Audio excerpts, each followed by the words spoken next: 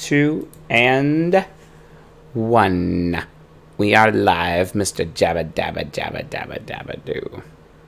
Hello, ladies and gentlemen. We are live. Welcome to Q&A session 18, I believe it is. Yes. Episode 18. Better late than never, right? Because we're only how many days late and how many hours? Way too much. Like a week and 3 days or something? Wow. Even worse than I thought. Like, that's pretty bad. All right, so... Yeah. Real life happens. Real life does happen. So where has Chase been? Chase has been in Orlando. Chase has also been in the excellent company of Orlando Health. And I got to enjoy a nice little hospital visit for a little bit while I was in Orlando. There's nothing like it. There's just absolutely nothing like going, traveling around for work and then like ending up in the hospital. But yeah, I think that's like mostly resolved now, which is pretty dope, to be honest. But yeah, I also like picked up additional sickness, I think, from the hospital, or maybe I didn't, I don't know, but that's mostly resolved now, and I am back on the path to better health, especially like with my new diet, which I'm actually really enjoying my new diet, and I actually changed it up a little bit recently to stop losing weight, because I make my clothes just don't fit me anymore. Like, I am Mr. Baggy here, so I'm going shopping very soon to kind of rectify that situation. But anyway, yes, I am back in black as well, because why not be cliche as possible? And so awesome. Glad to be back, folks. And Jab is also glad to be back. He better be. So, Oh my. Oh my. Jab. Oh my. Better be. Yeah. Yeah. So, do you want to go through the format, or should I? You know what, Jab? I think you can go through the format, even though we have the format like kind of like pseudo posted on the whiteboard. Yeah. So why not? So effectively, if you want a question answered, we go in terms of priority of Platinum Patreon, Patreon Silver. And then after those, there's the Super Chats. After the Super Chats, there's the Discord. After the Discord, there's the YouTube. Now, obviously, there's going to be some limitations as to how many questions someone can ask, because it's probably not fair if somebody asks 12 questions and then we spend a whole hour answering only their questions. Exactly. So, I think we're going to limit it for a Silver Patron, we're only going to do one per episode, but we will go through every single question, so as if you've asked one question, it's definitely going to get answered, and it's going to be the same for Platinum. It's going to be the same for Platinum. However, I think we might give them a little bit more slack, maybe 2, if we're really feeling generous, maybe 3. I'm not sure. It really depends on volume. It really depends on volume. Yeah. But if it's like 3 short questions that you could answer in like a couple of sentences. Yeah, exactly. Yeah, but but if it's a Periani question, which we might have to spend 15 to 20 minutes on, we can't do 12 of those. Oh my goodness. Yeah, he needs to like not give us those diatribe questions, Jab. That's not something I'm down for. So nah. I mean, they're really interesting questions, and they are for a really good discussion. He actually spends a lot of time on those infographics too, which are pretty dope. But I know, but we can't do a Periani Q&A session, if you know what I mean. So no, exactly. I think like those sorts of questions we might have to limit to say 1, but we'll see what happened. Yeah. Chase, what are you pointing with? Oh yeah, the Elder Wand. This is the Elder Wand. If you guys don't remember, because I mentioned in a lecture recently, the Harry Potter character that I am basically is Gellert Grindelwald, and so I recently had the opportunity to go visit the Harry Potter store in the Orlando airport, and I purchased Gellert Grindelwald's wand, which happens to be the Elder Wand, at the same time. So It's my new prop for the studio. And speaking of props, actually, we're going to be adding a little bit more props. I got some art being shipped to me pretty soon. And I'm actually going to start framing stuff and start kind of curating things a bit more. So I'm looking forward to that. Kind of spruce some things up here. Maybe I should get one of those pretend plants. You know what I'm saying? A fake plant of some kind. Maybe I shouldn't. I don't know. Right. I know that would make Jab happy. He's always trying to get me to get fake plants. Aren't you, Jab? Aren't you? I mean, I'd rather get you an aquarium of frogs and we can lace the tank with atrazine and see what happens. But great. Just great, Jab. Just great. All right, so let's fire it up. What's the first question? All right, the first platinum question is Periani's. Oof. So he's got multiple infographics. Okay, so go into the channel and have a look at the infographics. More infographics, of course. How could there not be infographics? Oh no. Infographic 1. All right. Oh my goodness. Starting with these types of axes. So NESI, NISE. Yeah, the axes, cognitive axes, and then attaching the 4 archetypes, each lead one to the parts of the mind. Dominant perceiving example, okay. And E hero, SI inferior, okay, yeah. Doesn't the typical path of function growth resemble the hero's journey monomyth? Ooh, interesting. Should we put these up on screen? Yeah, except I am an ENTP and I can't even remember how to go about doing that because I'm terrible like that. Yeah, I don't think so. Pretty sure you save them to your computer and then set the image as a overlay. Yeah, I'm not sure. Alright, well, here, I know what we can do. Jeb. So let's give this. So here's the link. Drop it in the YouTube chat, and then also drop it into the live stream discussion channel, so that everyone can just get on the link and they can look at the link themselves. So. All right. So I'm linking the link right now. That way we're not too terrible. I hope you didn't link me the wrong link and it's like some sort of dirty picture. That'd be very awkward. That would be awkward. That'd be very awkward. I know the perfect picture too. It would be a pig being wrestled by some random, a pig in mud, and is wrestling some random lumberjack. That'd be the perfect dirty photo for everyone. Or a photo of Dick Van Dyke. So. Van Dyke. Yeah. I recently sent one of those to somebody. All right, so. Having conquered the demon and integrated it as a daemon, the hero completes its journey in uniting the parts of the minds. Yes, it is kind of interesting that it does resemble the hero's journey monomyth. The difference is that eventually the hero function, as the ego gets older, its cognitive attitude changes with age, and it's not so much a hero as much as it is like a warrior, basically.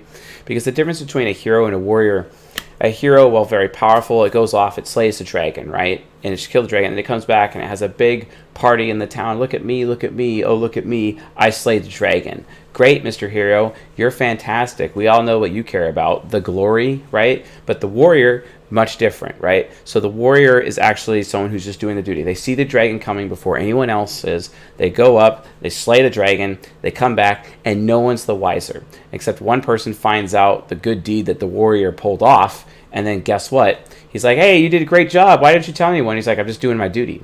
See, that's the difference. That's the most maturest form of the hero function. And certainly, It does resemble the hero's journey monomyth. Absolutely, it can. It can. But the difference, though, is, this is actually 2 questions in one, by the way, for this infographic. Just saying. So if so, then given these 2 observations, dominant perceiving functions use receiving functions in all 4 of those archetype slots. Okay, yes. Dominant judging functions. Okay, yes. So, yes, I agree with number 4 on that. Is there significant or insight gained from concluding the hero-led ego of dominant perceiving types is on a journey of integrating parts of the mind through dealing with the other perceiving functions in order to help develop a greater complete capacity to perceive? Not necessarily.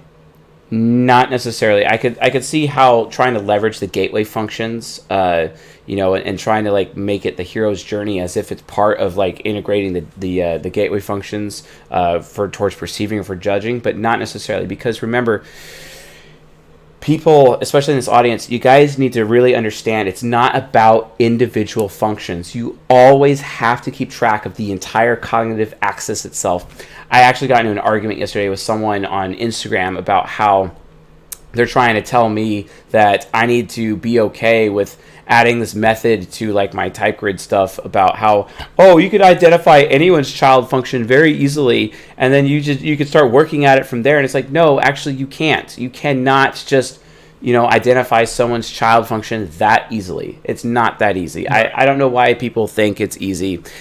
People need to stop trying to type people by individual cognitive functions.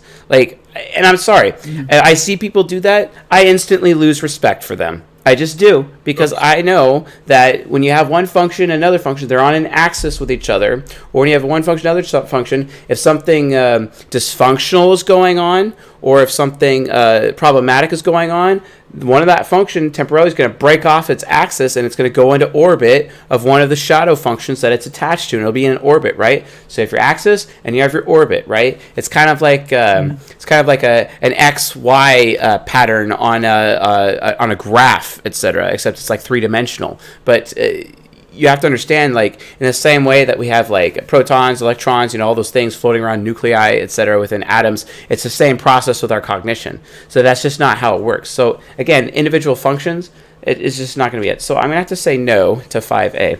And 5B, the hero-led ego of dominant judging types on a journey to develop a capacity to judge and develop a complete capacity to perceive. Kind of. Again, you still have to hold in the axes, because you could still you could still see, I see his point, and it's a good point. Periani's point is great, but again, you still have to look at it, because when Carl Jung first laid out the cognitive senses, because that's what cognitive functions were called originally by Jung, they're called cognitive senses. He would identify people by their top two functions. Now, I'm very against identifying people by their functions, but he would be like, hey, you're an introverted intuitive who has extroverted feeling, for example, right? And he would just break it down in their top two functions, and that's all he did. And he realized that there are 16 variations of people with just their top two functions. You kind of can't do that, because even the top two functions themselves, the hero and the parent, they kind of flow into each other, and they actually impact the story of the person.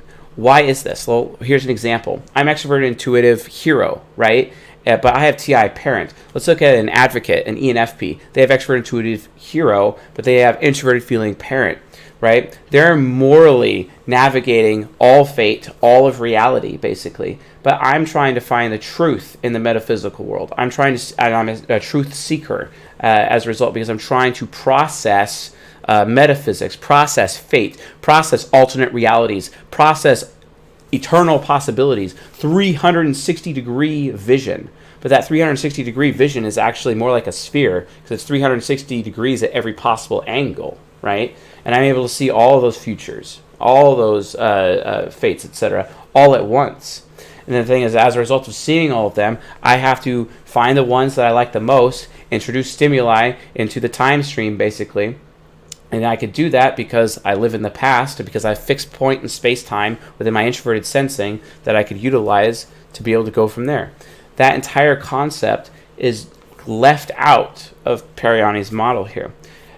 So yes, it is kind of a hero's journey monomyth, but then there's the step beyond the hero, which is, what is the wise? The wise, the wise warrior that goes beyond the hero. And then you have, is it trying to find a greater capacity of perception? Sure. So to find a greater capacity for judging? Sure. But it's not the end-all be-all. You still have to compensate for the other functions, because if you don't, you're leaving all of that out. Because, again, no one function can function without its other corresponding function. But then, here's another thing. No action can take place without information being gathered by a perception function and a decision being made with a judging function. So without those two in place, nothing is going to happen. So that's why I have to disagree with his premise for question 5, and that's how I'll answer that Periani question. Let's that's 2 questions for him. Let's move on to 1 question. Keep it 1 question for Platinum today. Let's keep going. Okay. All right. Well, then we go down to Mellow, and it looks like there's a bunch of short questions. So how many short questions do you want to do? 2 or 3? Let's start off with 1. Let's see how this goes. All right. Do you think there's a limit to how much verbal communication alone can accurately describe someone's nature? Yes. This goes back to Plato, or just the classics. I don't know if it's Plato or if it's Socrates. I don't remember which philosopher said it. So if someone in the audience knows, by all means, bring it up. But basically, the more you work to define something, the further away from the actual meaning or the actual definition you get, basically. And that's a problem. I was reading a book earlier today. It's called A Look at Living Free by someone named, I think it's Bob Trask. An old friend, an old mentor of mine gave me this book. And it talks about, he has an entire chapter devoted to truth. And he's like, truth ultimately is undefinable, because the only thing that is actually true that we could prove, because truth in reality, truth is largely subjective because it's just not exactly provable, except there is only one provable truth, and that is that absolute truth itself does exist.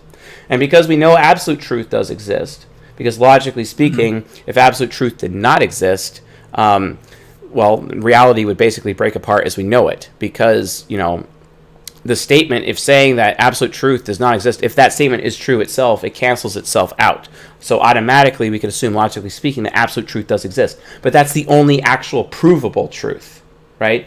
All other truth is not exactly provable. That's the problem. So what you end up having to do as a human being, recognize that because absolute truth itself exists, all you have to do then as a human being, as a man essentially, or a woman, is seek that truth. You become a seeker of truth. That's the point, right? So, right. But the thing is, when it comes to truth and absolute truth, what is true and what is false, realistically, that comes down to the frame of reference. Exactly. So, for example, in a scientific experiment, you can get you can calculate, the gravity of Earth to 9.81 something. But that's not really the gravity of Earth, because it varies depending on where you are on the Earth, etc., etc., etc. So realistically, unless you narrow down that frame of reference, you absolutely can't. As well as where you are in space-time within the solar system itself. Like, again, you change the reference, you change the mathematics, Exactly. Even talk about this in the Marvel films, like the Ant-Man films going into the quantum realm, etc. Everything changes because the environment itself. Right. Like, what is the frame of existence? That's what we're trying to find. Wow, I'm getting into, existentialism. Love it. Mm-hmm. So, yeah. Absolutely, it all comes down to the frame of reference. All right, what's next? Yeah, this one's actually a really short question. So, okay. Will you please make an easy to digest video with the purpose of spreading influence and interesting newcomers? So, yes, and those are basically my Instagram videos. So go watch my videos on Instagram. Although I haven't posted there in a while, I'm going to be getting back to that very soon as I start producing more lectures, because I'm going to be doing little mini videos on Instagram relating to the new lectures that I have coming out. So we'll get to there. All right. Yeah, I see. You should write a CSJ for Dummies book. CSJ for Dummies book. Thanks, Jab. Thank you. Thank you for that. All right. That's enough questions for Mr. Mellow. All right. Okay, Aiden asks, thank you for your service. Are you feeling better today? Yes. We don't know if the cognitive functions... I hope you're not going to count that as a question. See you, Aiden. See you next week. Okay. We don't know yet if the cognitive functions are physical systems in the brain, though if you were to speculate for each side of the mind, would you think that there are 4 sets of cognitive functions in the brain, each for each type, or would you think that there is one stack of functions set up for the ego? And when you switch between different sides of your mind, the stack is actually changing order, or the connections between each functions is changing? No. No, that's not how it works. Okay, so how many Dario Nahara stuff, isn't it? Dario Naharis from Game of Thrones. Awesome. I think you mean Dario Nardi on that one. Yeah. So, yeah, nice one, Jab. No, that's not how it works. Okay, so we use 8 cognitive functions as a model, but in reality, how many cognitive functions does the mind actually have? It's 8 times 4, right? But then again, it's actually 16 times 4 cognitive functions. It's actually how much is available, because you have 4 functions per side of the mind, 4 sides of the mind, and every time that you are actually in one of the sides of the mind, you still have that side of the mind also has 16 functions of its own as a reference, basically, depending on what corner of the mind you're in that particular time. What this means is that your cognitive functions are effectively bleeding into each other. You could, through willpower or discipline, actually solidify your pathways so that you're actually like holding hard, like in your subconscious, for example, to those functions in that particular moment when you're doing a cognitive transition. And it's got to be like a really hard transition, which is actually really done through mind-altering substances, as we know, right? But but here's the thing. It's a completely different approach. So think about that. It's really 16 times 4 is the total functions or the total reference points that the brain has to actually cognitively come up with something. It's just we use the base 8 because it's pretty easy, and and it just becomes like a frame of reference essentially. So, and that's right. That's where I would keep it. So yeah, awesome. All right, are we giving Mr. Aiden another second question? No, not till later. Let's move on. All right, Q&A. All right, patron Q&A. So this is apparently a follow-up question from a question last episode. All right. As a more cerebral INFJ, heavy TI, who often tests as INTJ, I find that those INFJs who are more TI heavy are attracted to NTs rather than NFs. Why do you think this is? And could being of this subtype of INFJ change things? Shouldn't this be taken into account? No, I don't group people by subtypes. Like, is this like another argument for assertive versus turbulent? Which, by the way, I'm gonna debunk that very soon. No. I think what's being asked is, since this person naturally has developed themselves to be more TI heavy, they find themselves, when they're mistyped on these MBTI tests, it mistypes them as an INTJ because of their natural TI development. And what this person is saying is that because of this, they find themselves in a preference with NT type. Well, let's talk about INFJs, for example, who have stronger TI. And I have met one. My mentor was one. But let's be honest. The reason why their TI is so strong is because their mind has, their parent function is not as developed, which means they have less maturity. So their lack of maturity is why their TI is stronger. So there's a nurtural component, which is impacting the cognitive functions from a nature component. There's a lack of maturity there. I tell you the truth. Any INFJ out there who has what we call uncontrollable TI child, and I'm referring to you, Bale, specifically, out of everybody else that I know. That's right, calling you out on this one, Bale. Overactive TI child is because you lack the maturity in your parent function. That's the issue. Your parent function is underdeveloped, which means your introverted intuition hero is teaming up with your TI child, and literally you're making the majority of your decisions based on those two being in a loop because you lack a developed parent function, right? So develop your parent function, and you won't have that issue anymore. Your TI child will still retain the strength, but the thing is, if you've been using your child function for so long, and giving it free reign to do whatever it wants, basically, it's going to take you even longer to develop your parent function to gain the level of maturity that you need to actually control and discipline your inner child, right? And when that happens, also, like, your child, if it's unbridled, if that child is undisciplined, guess what will happen? Guess what? Then the demon function will team up with it, and you'll have the demonic child, we're going to talk about more about that later in like season 18, basically talking about cognitive orbit when you have the demonic child and the demonic parents, and when things like that happen. But you just got to be be aware of that. So, but okay. yeah, cool. What's next? What are common reasons that an ISFJ would permanently leave a social situation which they are heavily involved in? When their loved ones or those close to them are being harmed. For example, let me tell you an anecdote. I was sitting in church one time in this cultish church in northern Washington State, and my sister and the man, her husband, my sister and her husband, or they weren't married yet. I don't remember specifically if they were married or not, but her and him decided to leave the church, basically, and they left. And like the leader of the church, when he was preaching, like completely just verbally destroyed them publicly in front of the entire congregation. My mother, who is an ISFJ, bless her heart, took great umbrage to that and effectively left that entire abusive social situation and was like, never again, right?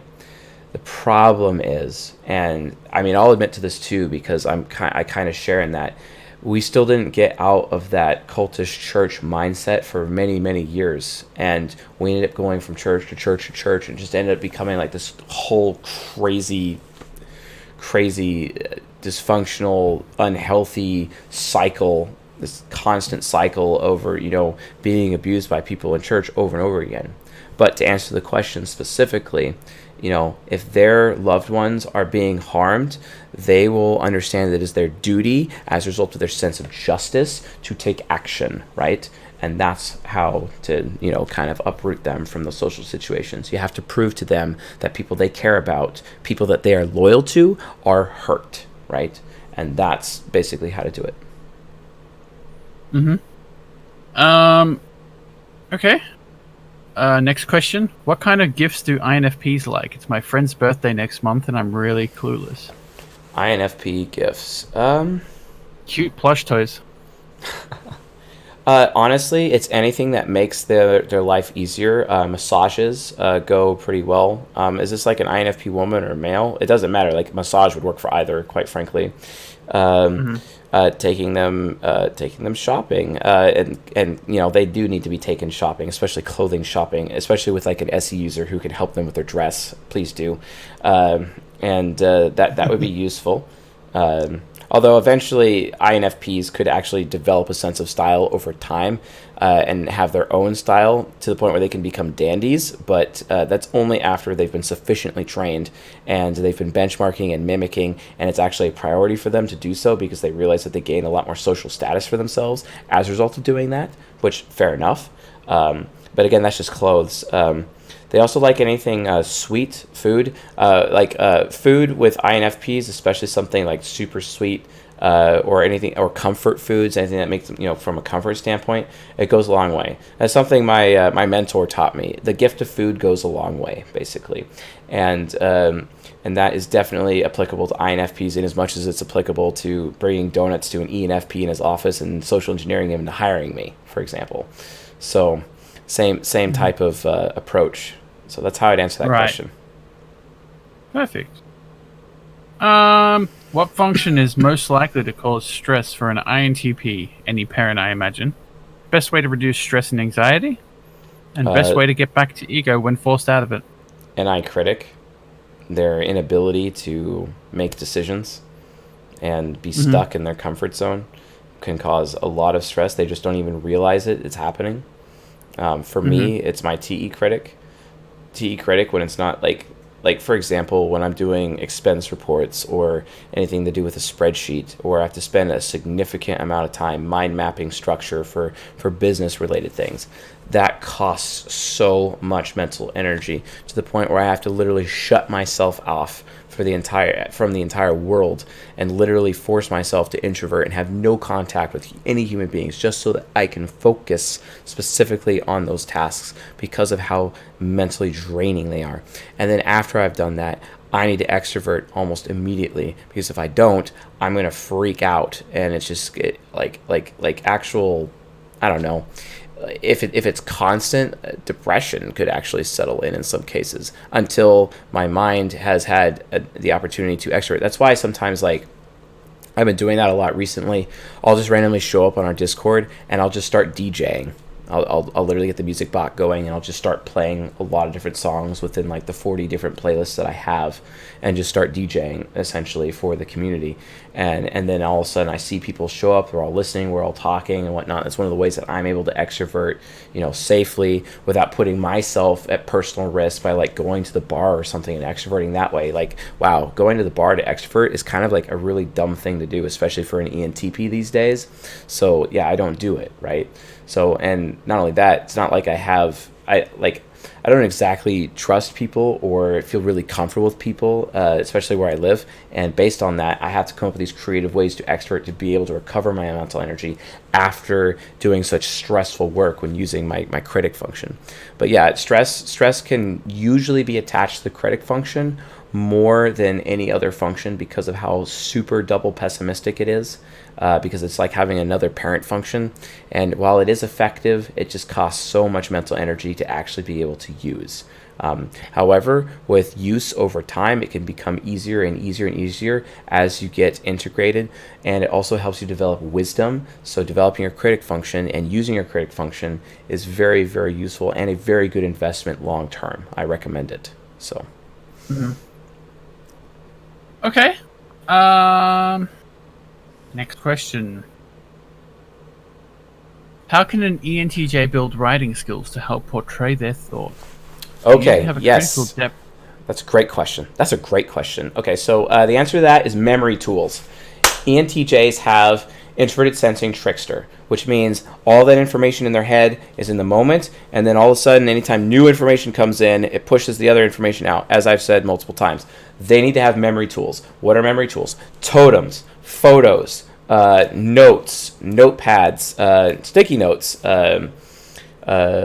mind maps. If you don't know proper mind map software as an ENTJ, get MindNode if you're an Apple user, or MindMeister, for example. Mind maps are amazing. Use these memory tools. Trello, for example. Microsoft Teams. We actually implemented Microsoft Teams for CSJ today, actually. And I have to say, it is the dopest. There is a reason why Microsoft is back to being number one tech giant right now, and they have definitely figured it out. Office 365 is so amazing, and so also is Microsoft Azure. So awesome work on that, Microsoft, and getting Google back underneath your heel where they belong, right? Just kidding. Anyway, the competition between the tech giants is always something that amazes me, and it can inspire innovation in some ways, and I really enjoy seeing how they're innovating, although Google's got their Google Cloud platform coming up around the corner, so we'll see how that goes. But yeah, that's how I'd answer that question. Memory tools.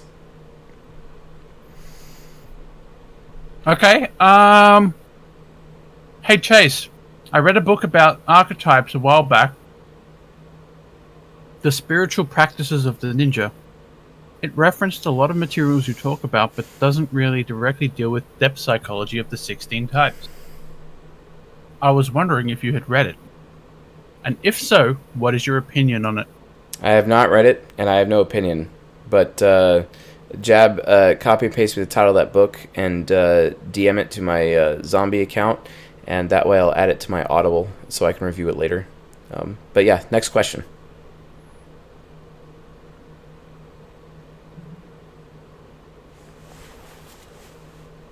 Am I still...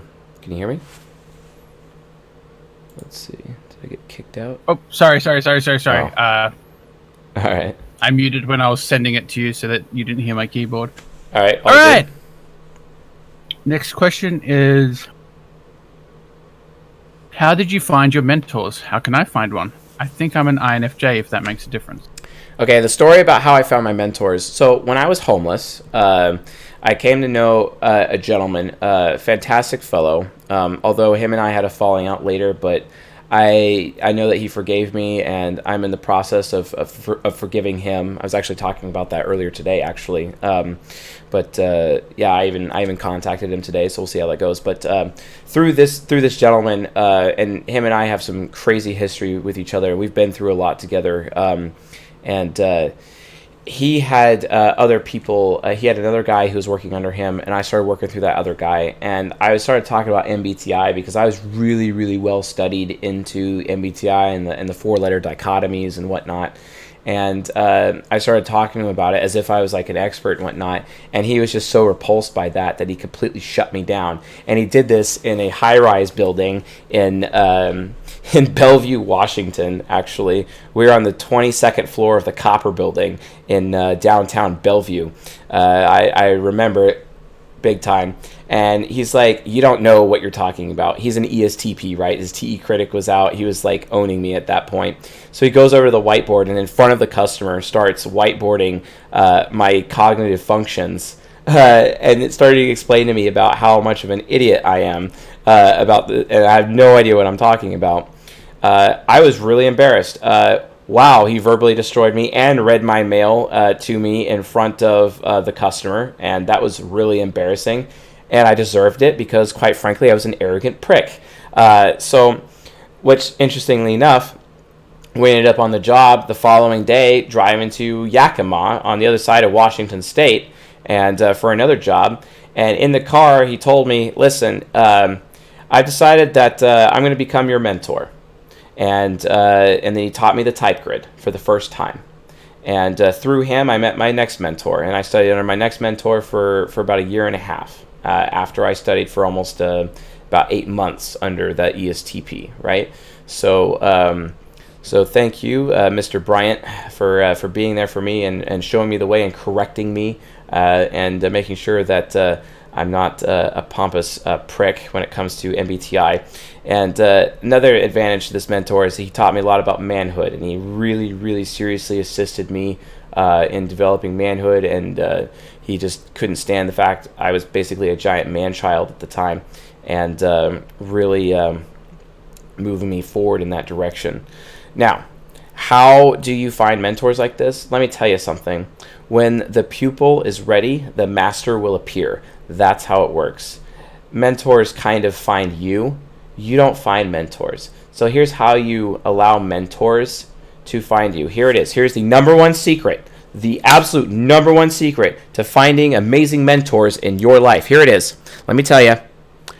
Listen. That's it. Listen. Everyone is so busy not listening to people. I am so tired of it. I have to listen to everybody. People are criticizing me. Stop looking at the man who's criticizing you and actually listen to their arguments, right? Listen to their arguments because they might be right. What if they're right? Who cares if they're a hypocrite? Listen to what they have to say. Check yourself first, all right? Then, after you've done that, take responsibility if you actually are in the wrong. That would be nice. Take responsibility, right? And then after taking responsibility, then you can assess the other person, what they're saying. And if you need to call them out on hypocrisy, so be it. Go for it. But ultimately, just realize when the pupil is ready, the master will appear. How does the master know the pupil is ready? When the pupil is listening. You just have to listen to other people and apply what they say. And if they see that you're listening to their advice, they will offer more advice. Such begins the mentor relationship. What's next, Jab? Okay, hey, Jab and Chase, any ideas on how an ENFP can overcome their SI inferior? Is it as easy as simply having a great time, or is there more to it? Having a great time has nothing. It has the opposite to do with having a great time. You need to force yourself to do things you've never done before, no matter how painful or inconvenient or disgusting or horrible they are. Just do things you've never done before, and just kind of force yourself to have new experiences.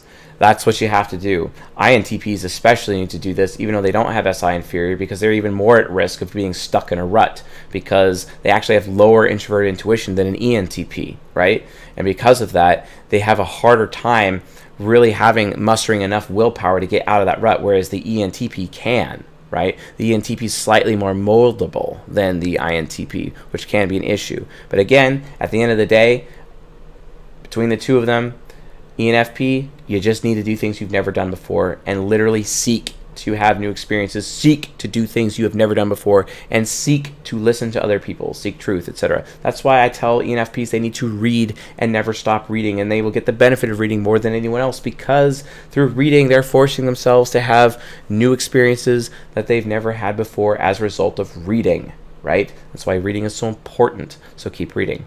So, what's next? All right.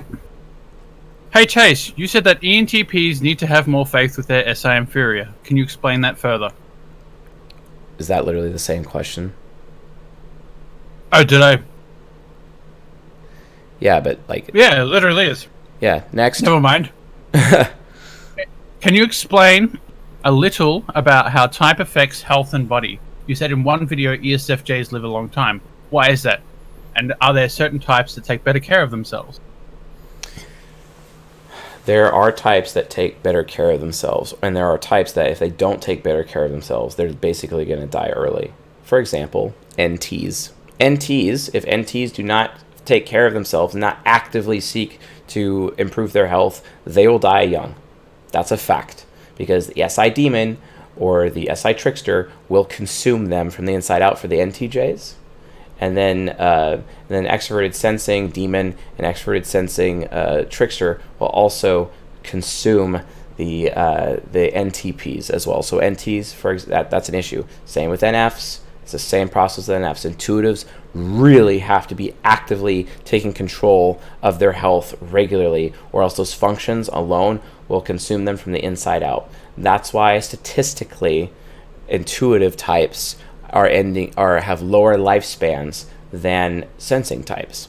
And then, which interesting enough, a lot of people would argue with me on that. People would say, well, ESTPs and ISTPs actually, they have an even shorter lifespan. There are some studies out there that actually say that.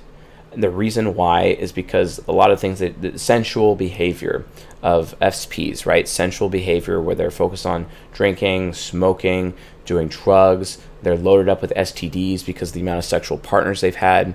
Like, for example, a certain family member of mine who does. But, he gave that up, thank God. But still, like, it's still, it's still an issue, really at the end of the day,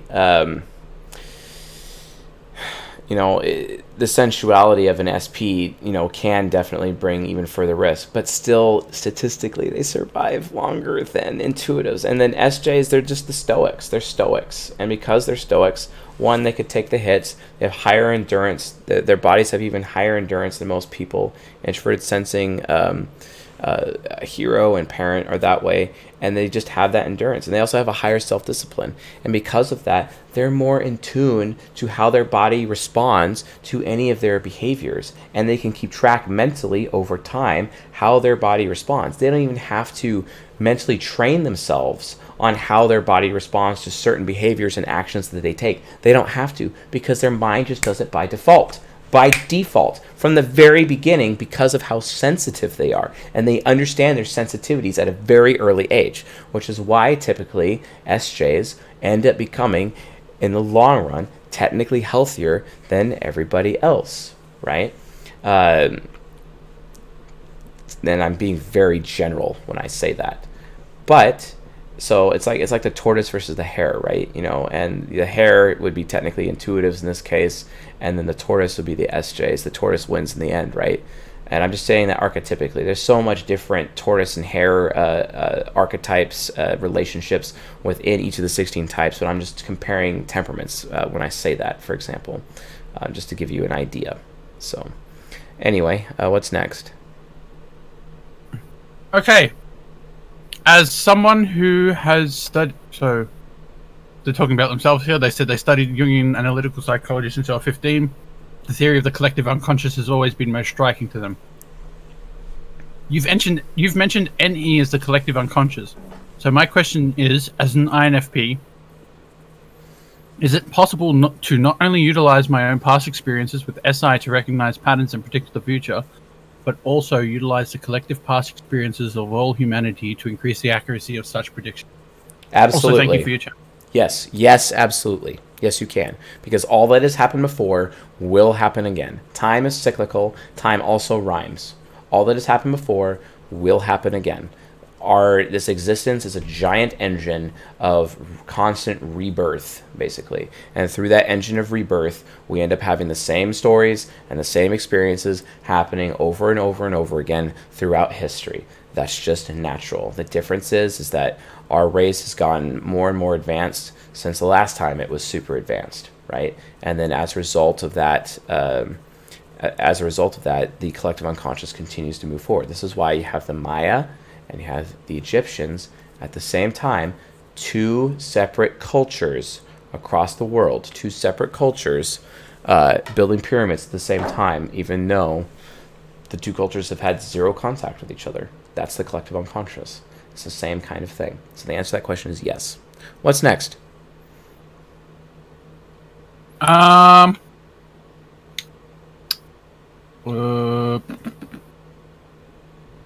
there any social factors that can affect one's apparent interaction style? For example, an SJ in college surrounded by lots of SPs interact differently than an SJ surrounded by NTs in college. No, not at all.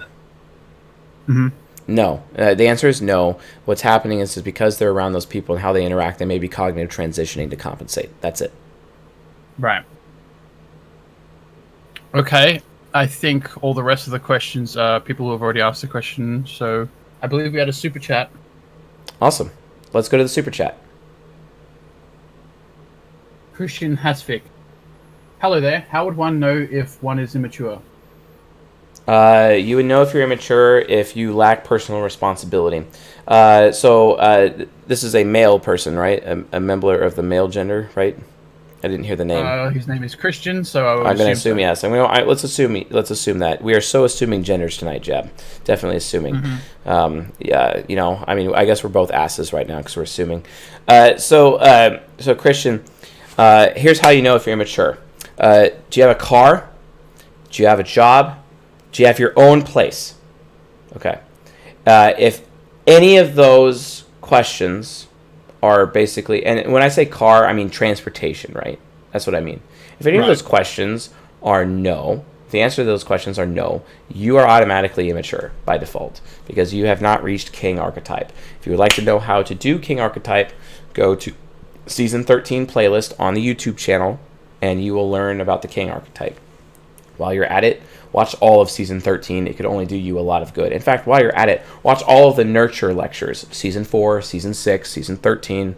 Learn how to better yourself. I'm going to be releasing a lot of additional content on human nurture in the very near future. I think our next human nurture related lecture is going to be next week. And I might even have a live stream. Actually, we will have a live stream devoted to that. So just be aware of that. It's going to be very interesting, and I'm looking forward to it. We've been putting a lot of work into that with the team right now.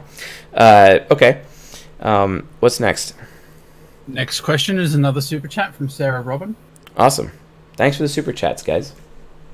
What do you mean by time rhymes? And then there's like 12 question marks. Time rhymes. Okay, it's a particular theory. Let's see if I could pull it up right now.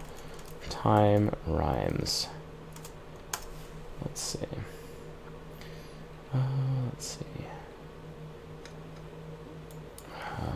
Time that rhymes theory. History and theory. Introduction to rhyme. No, that's not it. Well, think about what rhyme means. Well, I don't know about the theory, but I'm trying to get like the actual name of the theory so that we know what we're talking about here. Well, I forgot which one it is. If you rhyme two sentences, that means you make the sentences sound the same. So if time rhymes, you're effectively saying history is repeating itself and is actually rather similar over and over and over. Am I correct in my perception? That's correct. So basically, events in time, they're not So yeah, all that has happened before will happen again. But when time rhymes, it's like a similar event happens, but it's not exactly the same with how it came about. It could have a different starting point or it could have a different ending point, but it's very, very similar. So it's like a simile basically. So think about it that way, I guess. But there is an actual specific theory, and I forgot the name of the theory, and I kind of feel bad about that. But trying to find which one it is, what explains how time rhymes, and it's very profound. I recommend it. But for some reason, Google thinks I'm talking about poetry and music instead of quantum mechanics. So it's really frustrating. But yeah. All right. Anything else, Jab, on that one, or?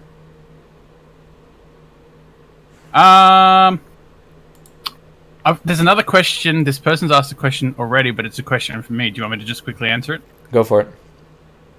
All right. So, hey, Jabba, how'd you find out you're an INTJ? What's your experience like in terms of relating to it? So, the way I found out I was an INTJ is Chase was trying to manage me once. We were playing an online video game together, also known as Spreadsheets Online. And in that experience, I was helping Chase manage a organization of over 1,000 players. And being his right-hand man, he wanted to use his Jungian voodoo on me to make sure that I worked smoothly within his team. We are all about voodoo. He used his Jungian voodoo on me. And yeah, he basically said, you're this. And I'm like, oh, cool. Honestly, to me, it was just a model of explaining how I would behave and respond to certain stimuli. I think deep down, I understood, and probably through Chase's excellent communication skills, was that nurture is a big component of that. And realistically,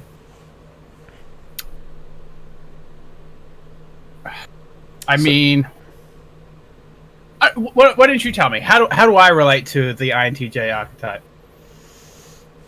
I'd say pretty spot on. Right down to SE inferior, expert intuition, nemesis. So, I mean, our conversation that we had last night, and, we're friends. We have heated discussions sometimes, and we had a heated discussion last night. And, I explained to you, what my primary need was, which was to be trusted and be given the benefit of the doubt. And your retort was, well, my primary need is to not be abandoned. And I'm like, yeah, you're damn right about that. And then I said, later in our conversation, I may be yelling at you right now, but I'm not going to abandon you. Right, because that's it, and that's the power of us being friends and getting through struggles together and moving forward together. Another way of looking at this, another way of looking at it, you could even go biblical from the book of Proverbs. It is written, as iron sharpens iron, so does one man to another, right? Right. So it just makes us stronger at the end of the day. Absolutely. Yeah, your need of not being abandoned by people is absolutely a hallmark to the INTJ, because INTJs, when they're young, they're at risk of being gullible, and that's really, it's sad that happens, and people like me exist to try to protect them. It's really, really worse. It's a real travesty when people like me, ENTPs, take advantage of INTJs in that way, because we recognize how INTJs can be gullible in that matter. Ooh, that's like one of the worst things. That's like a crime against humanity right there, quite frankly. But guess what? It's not just the same with ENTP, INTJ, friendships, relationships, whatever. It goes beyond that. Like with ENFP, INFJs, for example, the same kind of thing. except that it's the ENFP preying upon the worthlessness feeling of the INFJ, for example. Instead of like the necessary gullibility, it's more of like a lack of self-worth, and they're preying upon that, right? And it's just absolutely sad to see highest compatible golden pair types, golden pair relationships literally duke it out like that, because they absolutely know exactly where to hurt the other person. They absolutely know, because they could read each other like a book, and they're completely exposed and completely vulnerable at all times when they're around each other. And to see people go at each other's throats in those situations, it's literally the saddest thing to see. And that's why it can really hurt most, if not the most. That's why it is also written, another biblical reference, a friend or an enemy, or a friend. You could trust, pain from a friend, hurts from a friend, but a friend, they'll help you out, they'll hug you, they'll give you a kiss every now and then, but an enemy will multiply with kisses, right? That's the thing. You got to be really, really careful about who you let in your life because of that, right? And and trust, especially from an INJ, they can't just easily give trust, because once one person has screwed with them in that area, forever it's etched upon SI demon, and they will not let it go until they have proof positive, constant proof, and a pattern, consistent proof. And that's just how it is. But that's okay. That's why people like me exist. That's why people like ENFPs exist for INFJs, etc.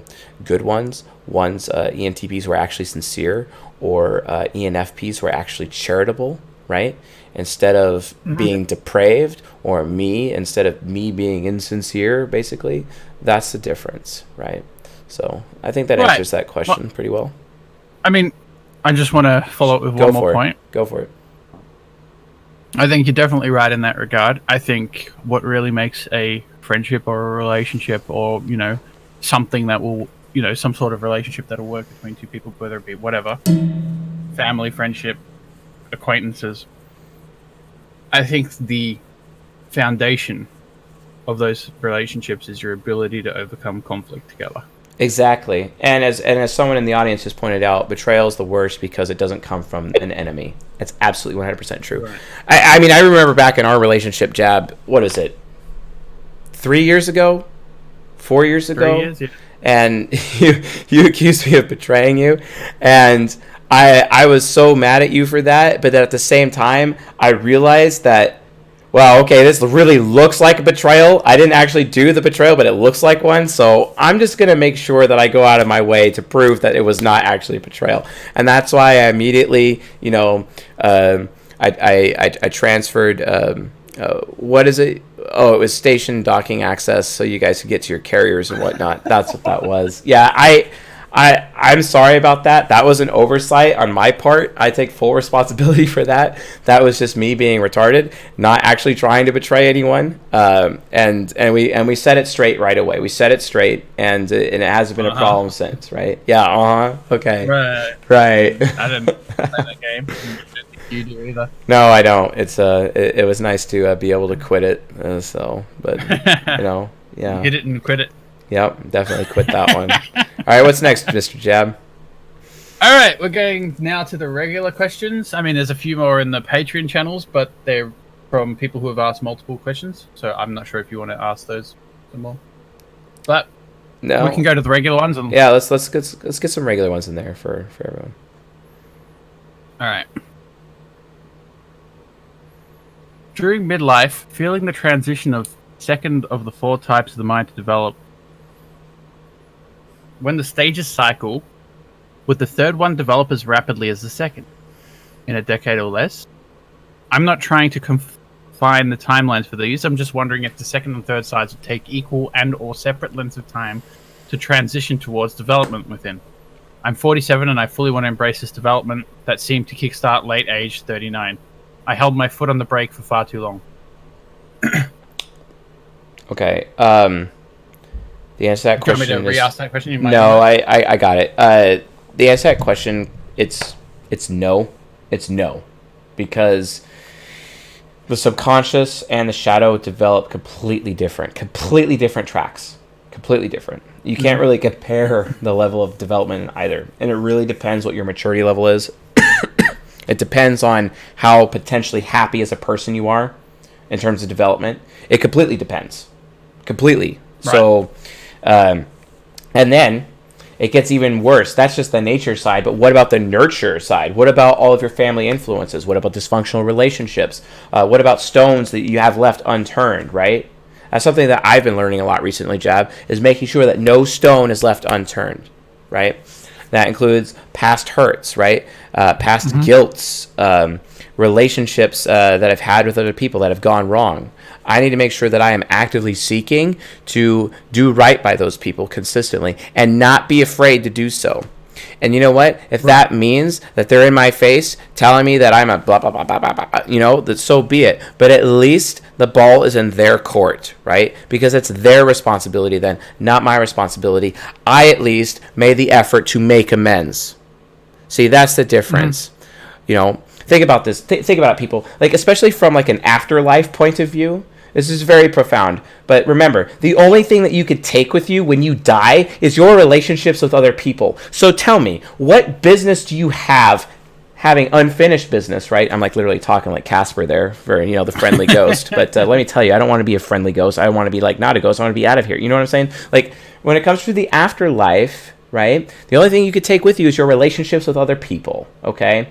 And that's very important. So why would you not go out of your way to seek to have amends with people that you know you have wronged or people that have wronged you? You still have to take responsibility and make sure that you are holding those people accountable. But you also have to go even further, the greater responsibility, which is to make sure that you are holding yourself accountable and being accountable to other people. And stop being like immature about it. It's one of the greatest lessons that I've been having to learn recently. And guess what? It's painful. It sucks. But it's the right thing to do. Oh, a pragmatic, focused on doing the right thing. See, that can actually happen because, you know, I have ISFJ subconscious, and ISFJ subconscious is affiliative, right? So just keep that in mind, folks. It's a lot harder than for some people because they may be more pragmatic than others. But at the end of the day, you know, it's kind of interesting, you know, when someone who is triple pragmatic, because their ego, their subconscious, their unconscious, right? They're triple pragmatic, and yet they're more focused on doing the right thing than everybody else. Yeah, that's the power of FI child. You see what I'm saying? But the rest of us, can we really figure that out? See, that's the problem, man. It's like this double standard that we don't even know that we have, and we shouldn't be living that way. Relationships with other people matter. Start making amends, people. It's your responsibility to do so. And also make sure you're holding those people accountable in your life, because if you just let it go, you're really screwing yourself in the long run. You don't want that burden. So, what's next? All right, next question is from the same person, but it's just a really short one, which I guess everyone wants to know. Do you have any plans of coming to Southern Florida in the near future? Would love to meet up here. I don't know. I hope to go. If business takes you there, I guess. I hope to go to Miami. I was told recently about this really cool art thing that happens in Miami, and I definitely want to check that out because I'm obsessed with art. I love art. I have one form of art that I produce myself. I just don't share it with people. But I mean, we got the Black Lotus painting, which is awesome. We got me drawn as CS Joker right here, which I'm going to frame that. And I actually got a bunch more art being shipped to me pretty soon. So I'm also going to put up here. But I love art. Art is like everything to me, right? And and like even martial arts, it's another form of an art. It's still an art, right? So like art is a big deal, and that's why I would like to potentially explore Miami when the time comes. But outside of that, like probably I don't know. I really have no idea. Our meetups are kind of like staying focused right now in the Bay Area, and it's because I've done meetups outside of the Bay, outside of where I live. And I just haven't really, I don't know, either a lot of people show up or nobody shows up, and it's just kind of extremes. Also, like, I'm traveling and I'm like super mega tired at the same time, so unless like there was, you know, some other format that we were following, to just randomly show up at a Starbucks in Vegas, you know, for a meetup, it's kind of difficult. The other problem is too, meetup.com only lets you attach one zip code, so if people are trying to search you, you're not going to show up nationally. That's a major issue I have with Meetup, to the point where I might like create my own Meetup specifically with that feature, just so I can, like, you know, laugh at them, but probably don't have the time and resources to do that, to be honest. Yeah. But yeah. All right. Well, that answers that. Next question. How can I improve my TE nemesis as an ISTP? I know I should trust and verify, but it seems like a waste of time. Also, I hate giving orders.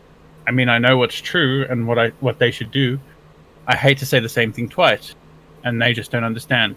Is this an ISTP asking this question? That's what he says, I think. Yeah. He says he's an ISTP. Well, he needs to see himself as a mentor who's there to mentor people, but a mentor is going to allow people to fail first before even offering help. They need to see the results of their failure first before coming in, because remember, when the pupil is ready, the master will appear. Otherwise, that will be seen by other people's arrogance, and then that TI hero will just alienate other people, and they will not be interested in conversing with them whatsoever. So I see. Okay.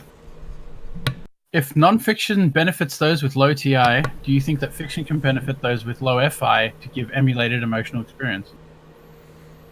I'm sure there's a lot of valuable fiction out there. Like, for example, Ender's Game. It's fiction, but it's an extremely profound book. And I'm sure, I really don't know. Is this person like reading a bunch of romance novels? Like, I'm sorry, I can't answer this question appropriately because I have no frame of reference to really make that judgment. So.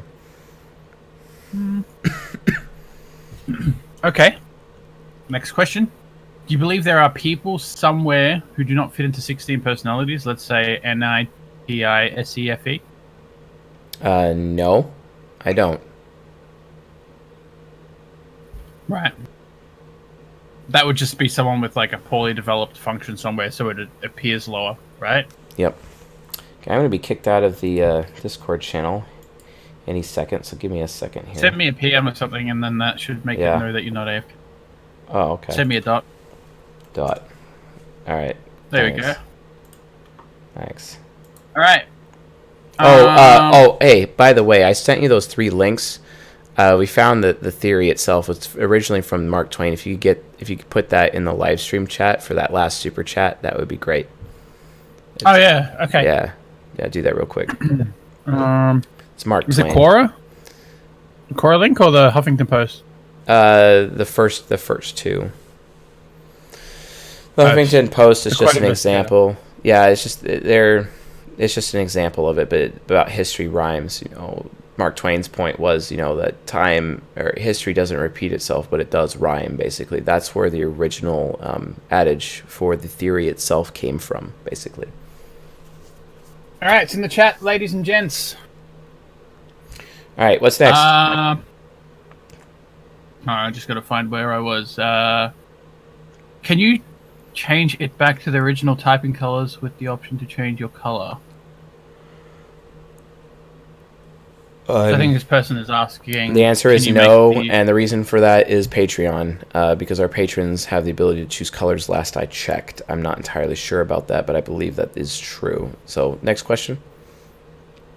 Specific to Zen meditation, I can understand how following the breath could be associated with SI, but the main focus of Zen is presence and lack of judgment regarding sensory perceptions, not to mention generally keeping the body in this position. Do you think this may be more of an expression of SE, or could it flicker between SI and SE as per the radio wave analogy? It can flip between SI and SE. It really just depends on the individual present. It also depends who's also in the room with them, or what physical objects are in the room, or if there's nothing in the room.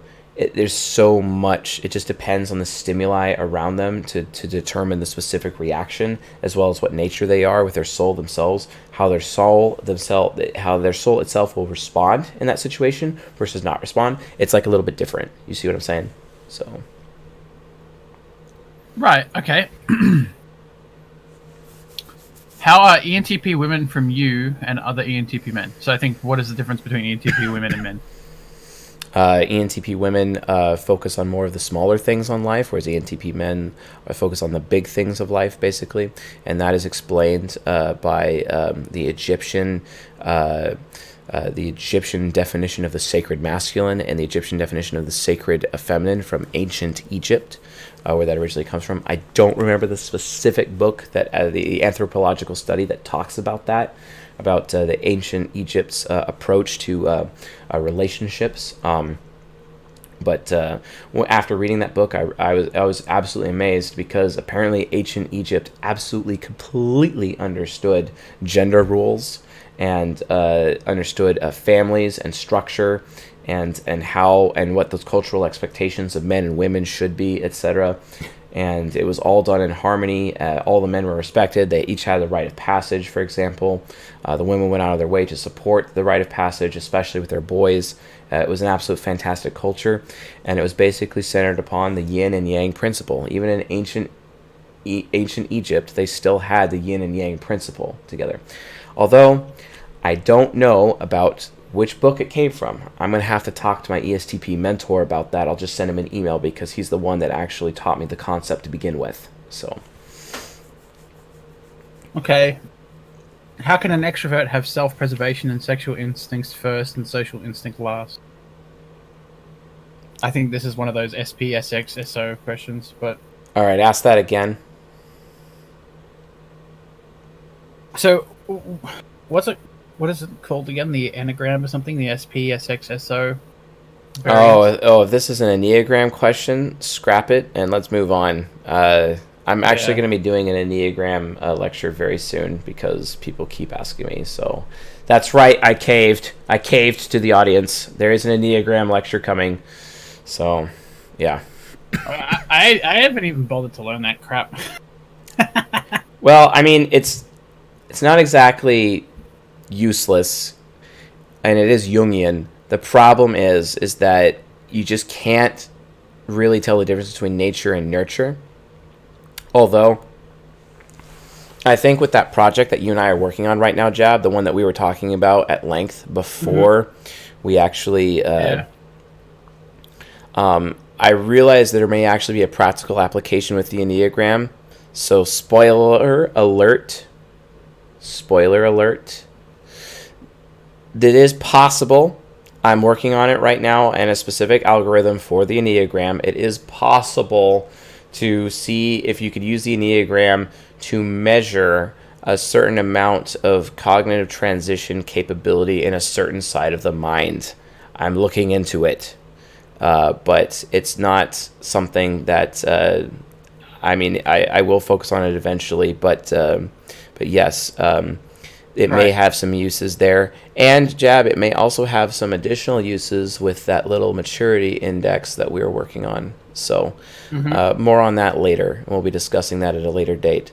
But the Enneagram is not exactly worthless. I just try to stay away from it, because it cannot really tell the difference between nature and nurture, and that's my big beef with it. But we may be able to use the Enneagram with some other applications that would make it useful. So more on that later. Okay. Perfect. Where are we? This is actually a really interesting question. In this SJ-dominated society of ours, with the SJ core values of family, tradition, honor, and the constant need for protection, why are Republicans not more dominant in US politics? Why have votes been more or less split 50-50 between Democrats and Republicans in the past few elections? Okay, I'll answer that question right now, because that's not how politics works. Let me tell you exactly how politics works in the United States of America. You have groups like the Council for National Policy with good old R. Wayne Steiger as a member of. He has a YouTube channel here. You have the Council on Foreign Relations. I had a good friend of mine who sat on the Council on Foreign Relations. I actually changed out his heating system in his house. Good old Mr. Rimmer DeVries, really cool dude.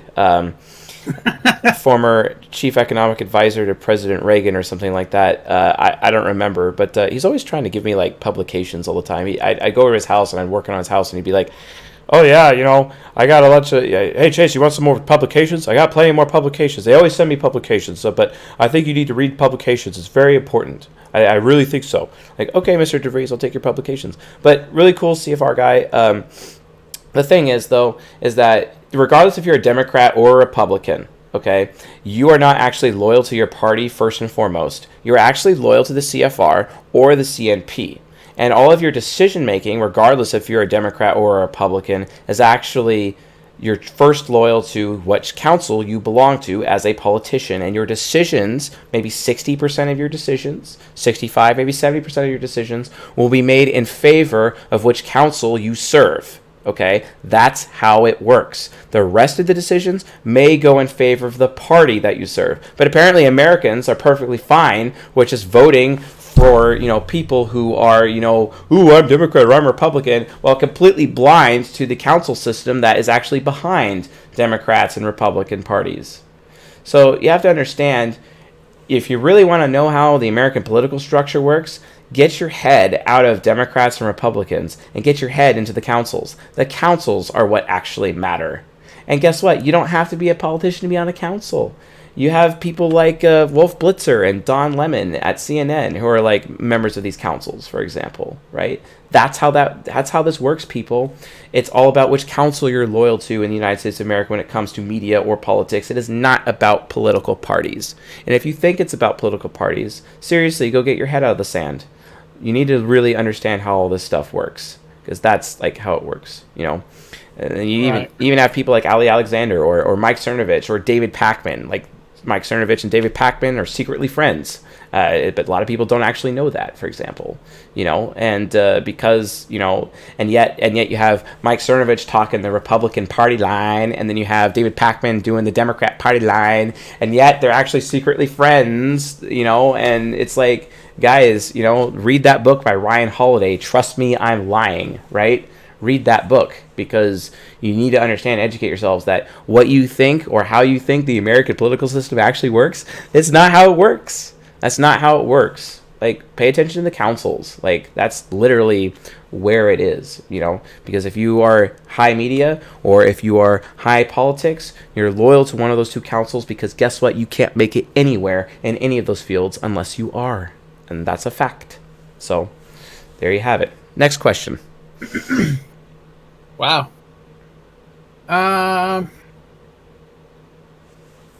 When T is faced with a true/false... Oh, I think we had a super chat that I almost missed. Yeah, sorry.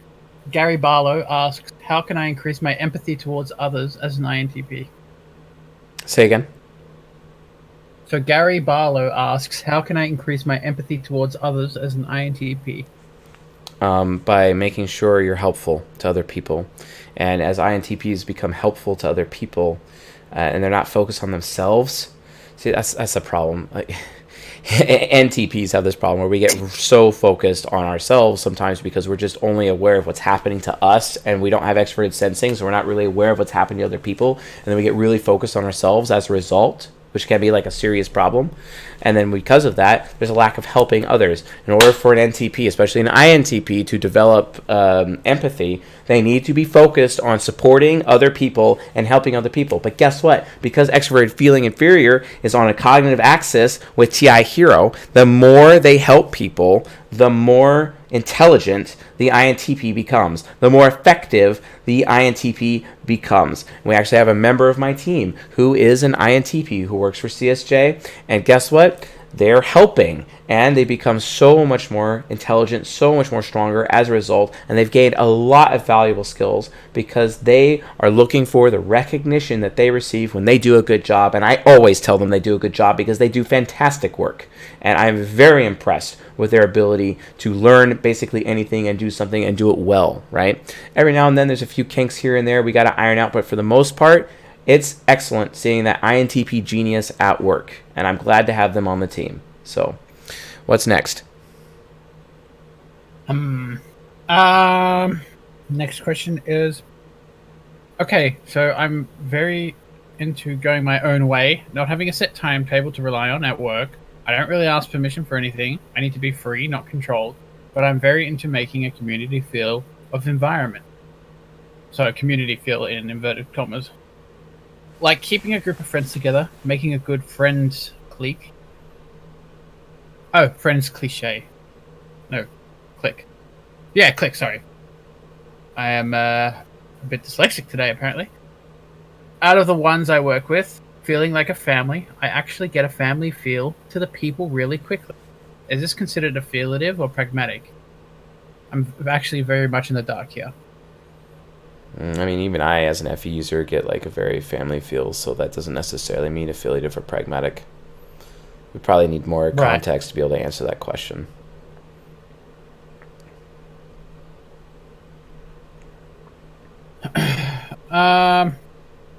So yeah, you probably need a bit more context. I think loving your family isn't necessarily affiliative because it's just your family.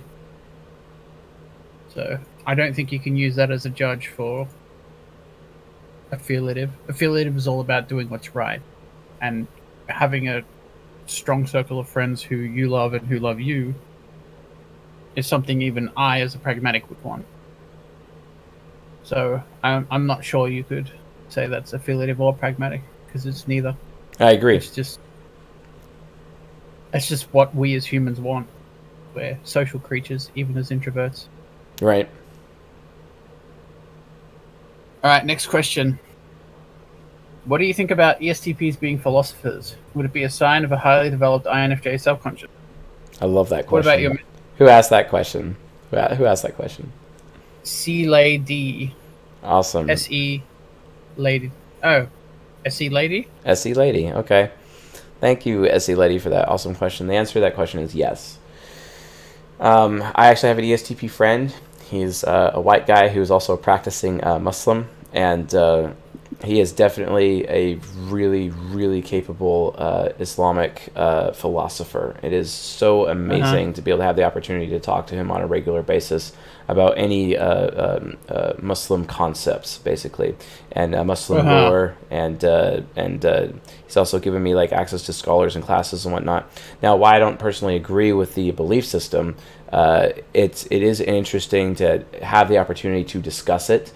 And it definitely takes that philosophical role with his INFJ subconscious. And yes, that is a symbol of INFJ subconscious development as a result. So, and this...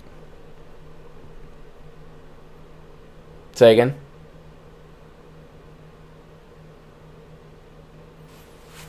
Jabby there, did you...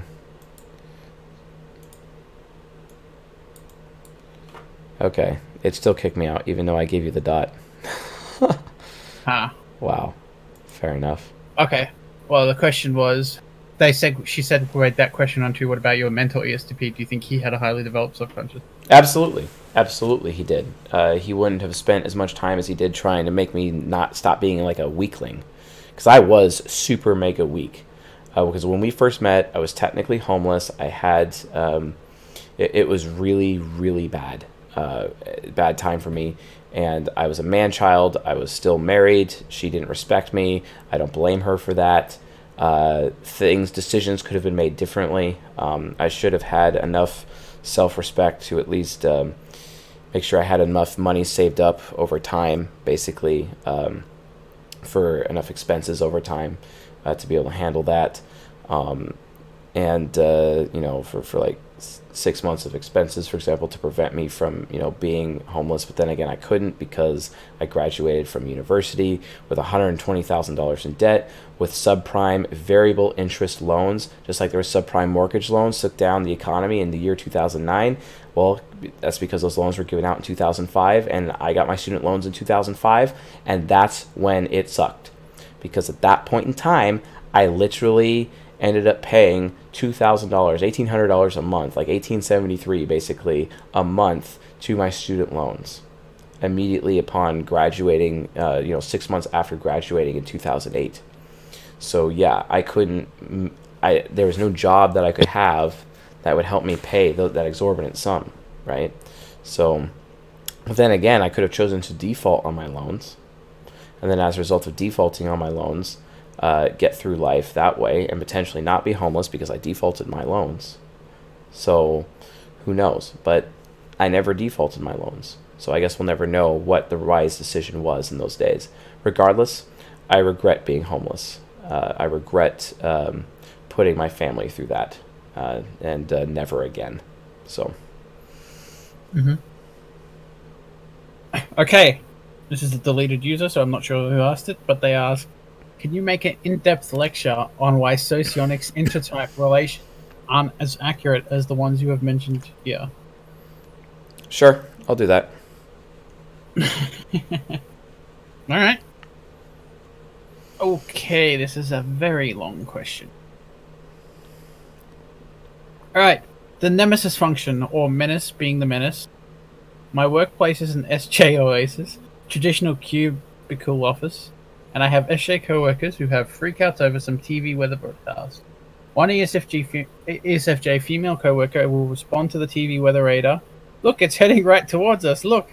The radar shows rain moving towards us. She's deeply afraid and panicky. So when this ridiculousness shows itself, something inside me responds out loud for all to hear. Yeah, we're probably all going to die. Some of my non-SJ workers will roll their eyes at me and ask, Todd, why are you making this worse? Or they'll ask, why, Todd? When I feel like I'm being evil. It seems fun, satisfying. The original freak out behavior is ridiculous enough, so I add it to raise the bar of ridiculous. I'm wrong for doing this, I know, but I enjoy the opportunity to let this slide out of me. Do I have a correct grasp of the nemesis, menace/villain? Is this an INTP? They don't have their type there. Yeah, I can't answer that question without knowing from which perspective it's being asked. Kind of sounds like an INTP. Which type would they be? Which type would they be if they did have a correct grasp of the nemesis, menace villain? I don't know. It's more like, I don't know, like, because, like, for example, ESFJs, especially, like, ESFJs, I call them, like, sometimes the office parrot. They literally repeat everything, and, calling them Captain Obvious is not good enough. They're, like, literally President Obvious or Admiral Obvious at that point, because it's like, yeah, we could see the train going by. Why are you saying that there's a train there? All of us can see the train. Right. It's not that hard. So we're all gonna die. We're all gonna die. Yeah. And I can't believe like the SJ co-workers having freakouts over TV weather. Oh, yeah. Look, if I was there, I'd probably laugh with you. It's just the experience, man. It's just the experience. Anyway, next question. Is it generally more difficult to type the elderly? I ask this because they could have a strongly developed subconscious or shadow, in addition to a lot of nurture having affected their life. Is it more or less the same strategy, type grid, temperaments, interaction styles, or do typing older people require deeper analysis nurture? In brackets, which I look forward to learning about on the channel. So, are we saying that? Can you ask that question a different way? Because I'm trying to understand the context. What this person's saying is due to the nurture component of development and the fact that people will be more nurturally inclined when they get older, will it be harder to type them? And if it is, what techniques can you use to type them more accurately? No, because of primary versus secondary. Their ego is still primary. You could still type them. Mm-hmm. I think the hardest one we typed was That's right, John Cleese. John Cleese. He was old, but he was cognitive transitioning because he's lived his entire life as a comedian, and he had to make people laugh, and it was expected.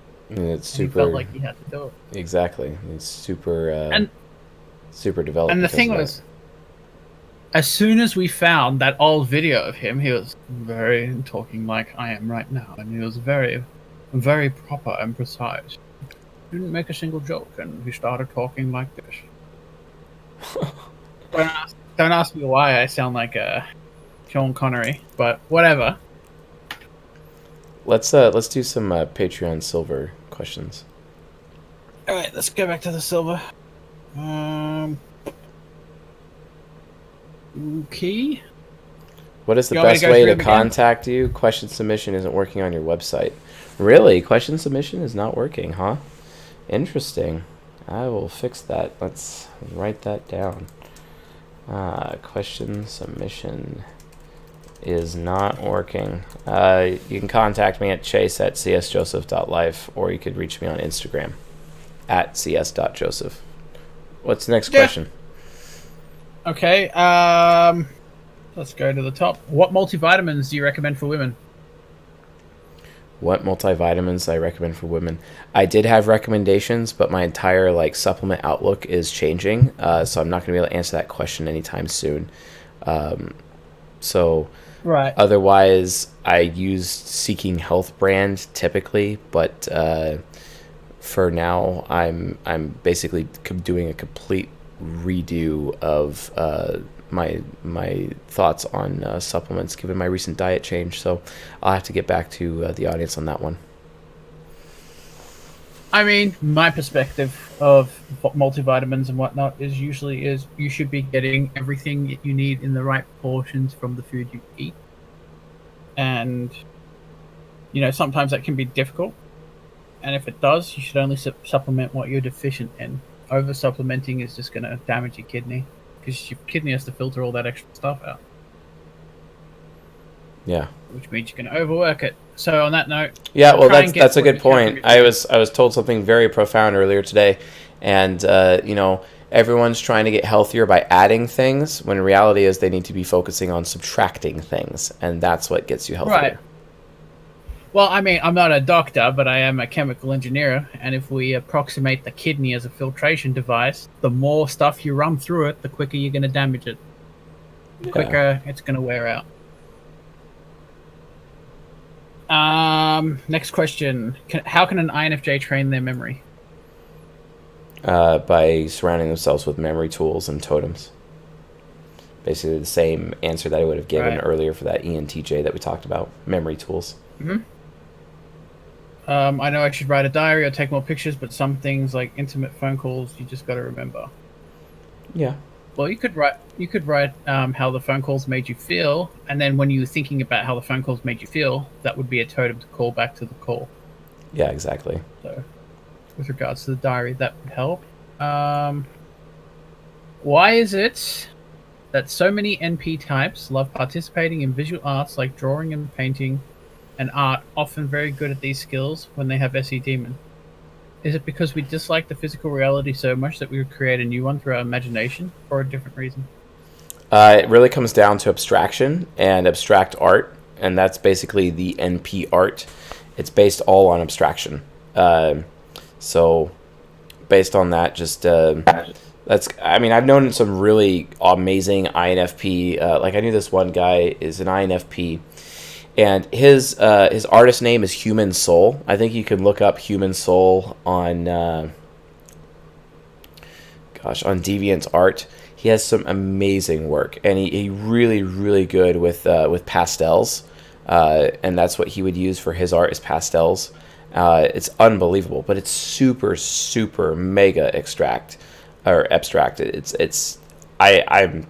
blown away by his work, and I knew him in middle school and in high school, for example, and I believe his name, I think it's Grant Newton is his name, Human Soul.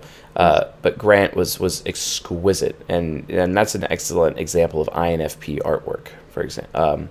But then you also have like SP art as well, like ISFPs as well as ISTPs. They can do things, but it's more about concrete art. It's not so abstract, right? So, and that's kind of like the difference to it that I would say. What's next? Okay. I'm not sure if you want to answer this question. Well, I think you have an answer to this question that isn't the answer to the question. But, thank you, Gary Barlow, for the $2 donation. Thank you. Thank you very much.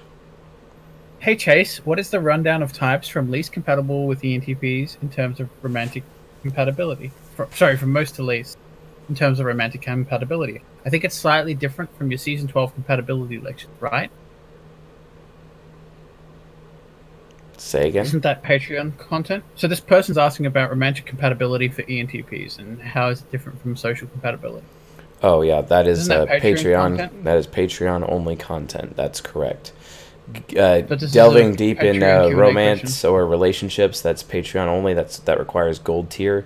If you want to get in on that, we're actually doing a season right now, season 14. It's the golden pairs. If you want to know what golden pair you are, then definitely become a subscriber on our Patreon, specifically the gold tier, so you can gain access to all those private lectures, which are hosted on our website. So you log into our website, and you actually are able to watch the specific private lectures. We got 2 posted right now.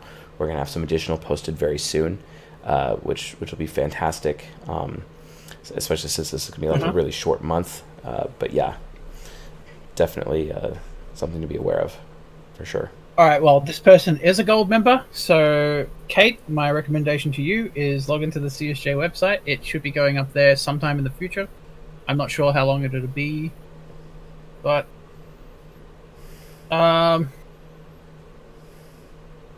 yeah. Other than that, I don't know what else to say. Yep. What's next? How are people with FE Trickster likely to view the morality or goodness of the human race as a whole? Is it possible for someone with FE Trickster to have an opinion on others' morality? Or are they always completely unaware of collective morality?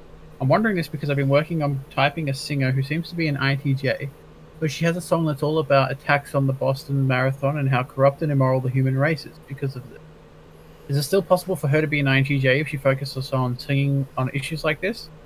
Or is it just a symptom of having FI child, which is capable of judging others' morality? Okay, so FI child, it's a very moral, the most innocently moral, the most divine moral function. So it has probably the most accurate, most accurate moral compass out of all of the types is FI child, provided it's getting the proper output from other people that it needs, while it's also providing input to other people so that they process it and then give it back to them in proper output, etc. Based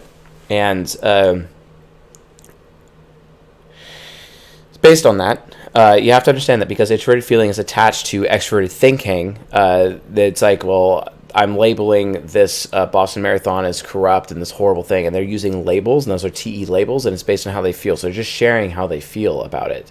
It's not necessarily an FE thing. It's not an FE trickster thing. That's still an FI child TE parent thing, actually. So that's difference. It's those labels basically that they're using to describe the problem. That's not FE trickster. That's actually FI child still.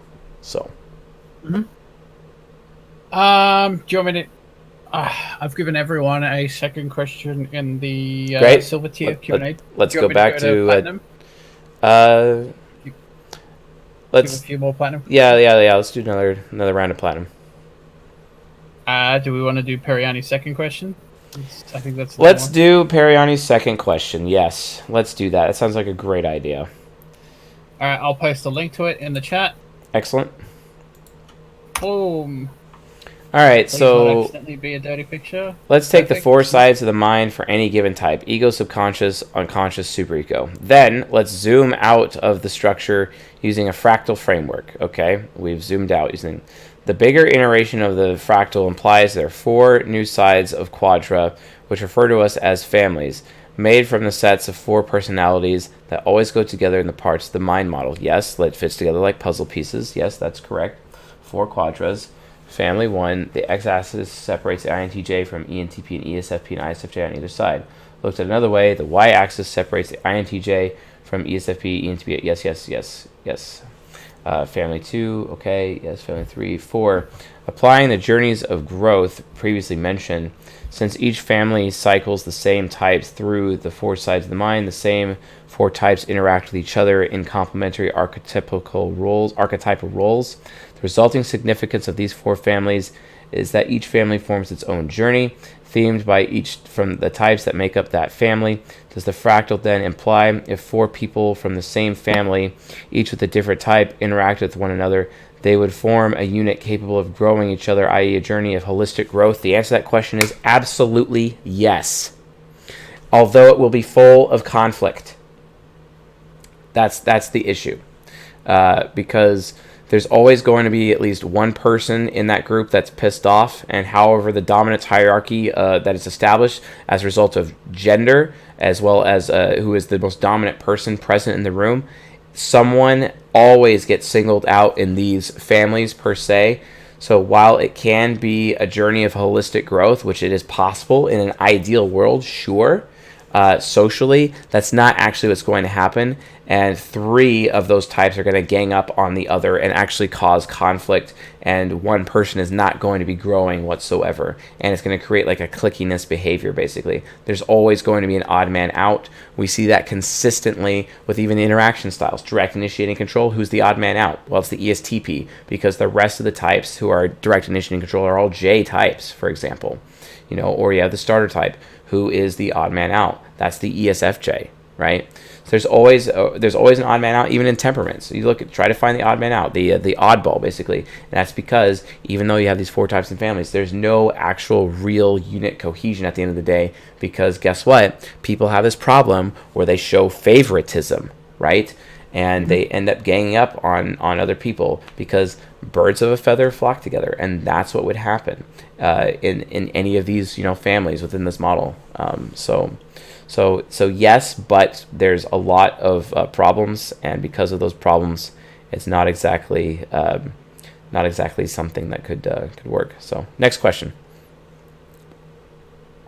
All right, now I can delete his questions. Are there types or functions more prone to addiction, or is this more of a nurture thing? Yeah. NPs and SPs are more prone to addiction than any of the other types, hands down. With SPs being the most addictive. So, because of how sensual they are. But yes. Right. Does the amount of stress a person is under correlate to how effectively one can master the secondary sides of the mind? i.e. a person without stress would not breach the other side, while one who endures a vast amount of stress would develop more effectively, or perhaps the shadow. Stress usually helps people develop the shadow, and a lack of stress helps, and more of a serenity type of point of view helps someone develop their subconscious, essentially, because they're able to reach happiness. So that's just kind of the pathways with which the mind goes. You're looking at the YouTube chat? No. Have a look. Oh yeah. It Wait, do I have to sing to you? Oh, okay. Oh yeah, it is technically 0400 hours in Reykjavik, which means the 7th of February has technically actually begun. So it is technically my birthday. So yes, that's true. 3:42 p.m. here on the 7th of February in Australia, so yeah. Well, at least on the East Coast. Yeah, but I mean, Happy birthday to you. Thanks, Jab. Thanks. I won't sing the whole song. I mean, I'm not gonna use your stream to kick off my singing career. All right. Well, you could definitely do it if you're doing your impression of Alex Jones. At the same time. Happy birthday to you. No. Happy birthday, Chase. I read the documents. I read that it was your birthday. So you read my birth certificate, huh? Was it signed by was it signed by George Soros? It was signed by George Soros. Your mother is Elizabeth Warren. She said you were a Native American. Wow. All right. All right, we got another Aiden W question. Though nature plays a role in development and characteristics of a person, how much of someone's being is influenced by nurture? Could you give an example of something which could be caused by nurture? Oh yeah. Sexual abuse. That's a huge nurture thing. And because of that abuse, the other person is propagating said abuse because they never got over it. You know, I got over it because I challenged my abusers publicly, and I got the catharsis of one of them actually admitting to it. And I really appreciated that they admitted to it and they took responsibility for their actions. That was excellent. A lot of people out there don't have that opportunity. And so yeah, nurture definitely affects human beings big time. Knowing type is great, and it can really only get you 40 to 50 to 60% of the way there really fast in knowing a person, but you still will probably take a lifetime, if not more, to actually really understand another person's nurture.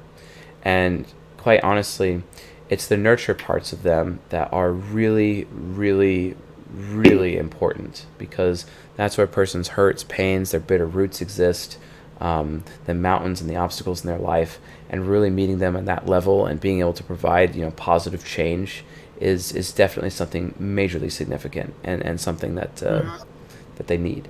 So. Right. Do you want to go on to some YouTube questions now? Yeah, let's do some YouTube questions. We're about an hour and 45 into the stream, so if we take this for about 2 hours. All right, so YouTube questions. Let's get some questions on YouTube, guys, if you want it. Thanks, Cortex. Although I'm not sure about being called Chasey. Chasey Poo. Or what John calls me, Chasington. Sir Chasington the second. Sir Chasington the First second. of his name. Yes. Don't ask me how you're the second, but it's the first of your name. All right. Well, I don't see any YouTube questions, so let's head back on over to the Discord questions.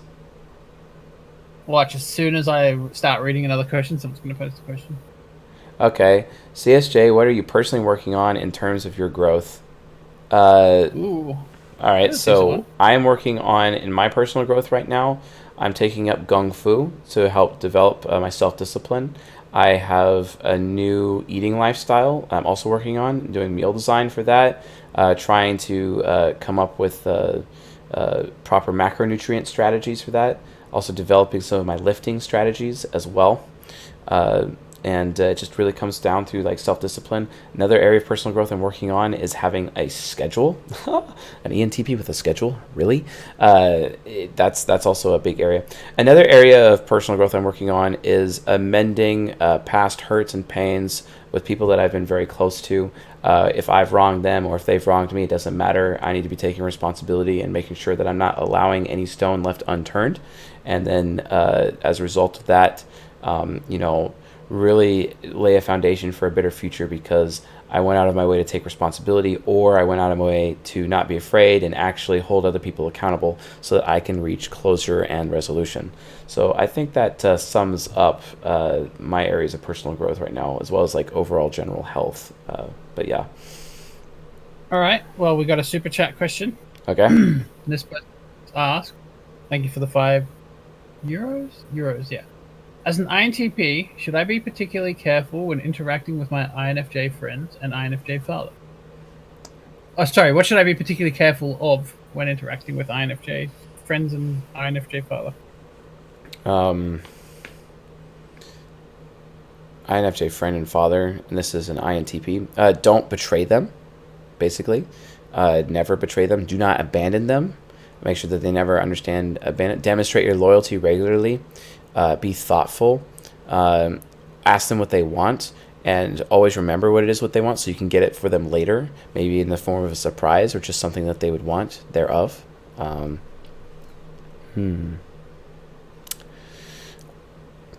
Also, state what your intentions are. That way that there's no guesswork, there's no guessing. You really have to communicate. It's all about communication. Recently, I learned that I am terrible at communication, and I need to make sure that I'm communicating my intentions before I do them consistently. and I just need to make sure that I'm actively doing that on a daily basis instead of like making assumptions, for example, so I don't fall in the same pit that I have recently. That would be useful. So that's basically how I'd answer that question for the most part. Okay. Gary Barlow now asks, I have strong narcissistic and sociopathic tendencies. Would it be beneficial to minimize this, and it serves me so well, but not others? And how? I don't know what type this person is, but I would say realize that, like, it comes from the book The Way of the Superior Man, who's written by David Data, who's also an INFJ. Being a man is about discovering what your deepest gift is, and that deepest gift is something that you can give not just to your woman but also to the world at large, and find that deepest gift and cultivate that deepest gift, that one thing that sets you apart from all others. And then as a result of having that one thing, you're able to provide it to the world and share it with the world. That's all it really is. It's all about sharing, and that's how you get rid of those narcissistic, sociopathic tendencies, because your mission in life is actually sharing instead of taking. Start giving, stop taking. That's literally the best advice I could say to answer that question. Right. Do you love job interviews? If that question is directed at you, Jab? If that question is directed at me, the answer is no, because I hate being interviewed for a position by someone who's less qualified than me. Oh my goodness. I don't know. I don't understand how someone who's less qualified than me can be a judge of character for whether I'm good for a role of which they are trying to recruit me for. Are you admitting the TE users caring about credentials, Jab? Is that what you just admitted? Is that what I just heard? No. No. Oh, okay. Because okay. I'm a better person. Okay. I am literally the bee's knees. I'm more qualified. No, I mean qualified in terms of capability, not qualified in terms of credentials. I had to go there. In terms of intelligence, in terms of capability, in terms of potential for growth, in terms of... Let me just put it this way. I have very little respect for recruiters. Uncredentialed people? Oh, okay, yeah, okay. I mean, are recruiters uncredentialed people? They're people with credentials in some garbage HR field. You heard it here, folks. Next question. Let's see what we got. INTJ superiority complex. How can we turn the table so that employees get to interview prospective employers? Ooh, that's a good question. Sorry, I'm currently enjoying the YouTube chat right now. Yeah. I mean, the only way you could do that is if recruiters put an emphasis on getting the best talent, because then the best talent would have the ball in their park. However, the best talent isn't always what they want, because, you never outshine the master. They want to get somebody who's beneath them. Oh, yeah. Yeah, like, you're right. I've had my ass bit so many times because I've never outshined the master. I actually almost lost my current job because I outshined the master, and that's not good. I was at a training seminar, and I delivered a presentation, and my coworkers loved the presentation, but management in the room challenged me on my presentation, the quality of my work, even though the instructor gave me full marks. I mean, I still have the paper that proves it, but I stood my ground. I stood my ground to their criticism, because I felt they were giving me unfair criticism in front of my coworkers, fellow field engineers, because I'm an engineer, an IT systems engineer. And it kind of like, wow, my reputation just got destroyed, by these people. And I challenged them. And then I left that place with being, told by these people that I can't take criticism, basically. I was told that this guy can't take criticism. And ever since then, it's been really difficult for me, to to interface with management at my day job because of that risk, right? And so ever since then, I've had to mind my P's and Q's, and be as respectful as possible, because I outshine the master, basically, and such that I almost was under disciplinary action. I'm very thankful that management decided that they did not need to go that far with me, because I did not really mean any disrespect to management in the room at that point in time. I was just pointing out to them that they were wrong and incorrect in their judgments of me, because when I provided additional... Isn't the hypocrisy there just hilarious? They criticize you on something, you criticize their critique, and then they say you aren't capable of taking criticism because you criticize their criticism. Yes. In fact, but at the same time, they're not being capable of taking criticism by not objectively analyzing what you said. Right. But this is an example of what we call so right you're wrong, basically. And at the end of the day, the burden of humility is technically on me, the employee, regardless. So it doesn't matter how right I am. It does not. At the end of the day, I still have to show respect to my superiors at the end of the day. And if they feel that that's not what I did, well, it's technically on me, and I still have to bite the bullet, because that's the wise thing to do, and take responsibility for my actions, even if I was right.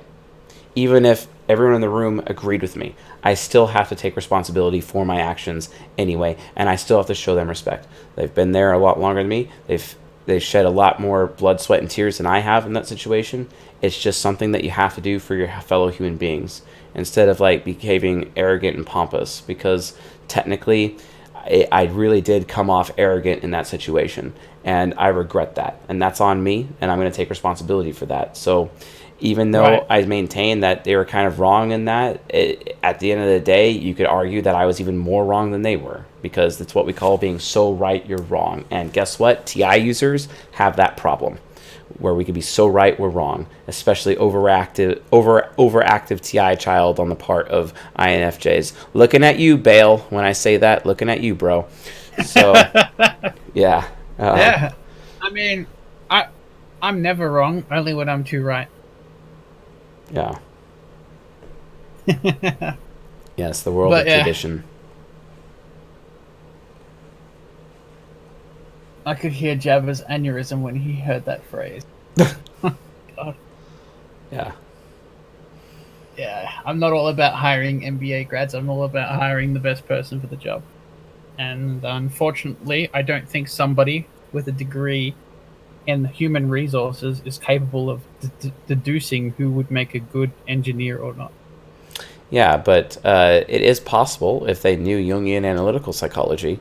It would give them a larger opportunity to be able to, type people and then at least match the particular position to which ideal type it was, so that at least the person's nature is matching the job, right? And then at that point, the interview just becomes trying to see if their nurture is compatible, just based on a few basic questions. I mean, that's what we can bring to the HR realm and recruiting, right? And that's what we actually plan to do as an organization at CSJ to actually make that happen. We are actively working in that direction. Right. So. Yeah, I mean, yeah. My absolute disdain for recruiters is evident. Yeah. But I mean, the trick to winning with recruiters is to have many of them and not just one. So that's the thing. You have to wrangle the cows on that one. Yeah, absolutely. Bet. Cool. Any other question? Let's see. Jabba, CS Jabba, if you had to cryo-freeze one typology type forever, which type? So if I could delete one type from humanity. I wouldn't want to do that. Ooh. If I could delete one type. See, the thing is, if I delete one type, then their most compatible type is going to be upset.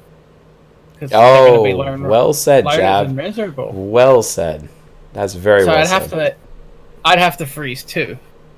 Yeah. Yeah. So, if I were to freeze too, I don't know. What should I get rid of? Can't be ISTJs and ISTPs, because if you do that, then we forget who we are and we lose our history.